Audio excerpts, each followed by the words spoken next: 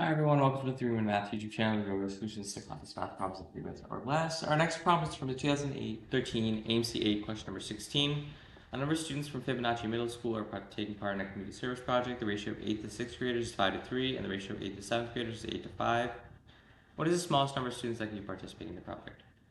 So we could think of it kind of like this. We have 8, 7, and 6, so we can say 5x for the 8th graders and 3x for the 6th graders. And the ratio of 8th to 7th graders is 8 to 5, which means that 8 to 5, and we have 5x here. So we would have 1 is to 5/8, which means that this would be 25 over 8x. What is the smallest number of students that could be participating in the project? Well, now let's try to get this into a integer denomination. We would multiply by 8 on both, like all three of these. We would have 40x, 25x, and then 24x.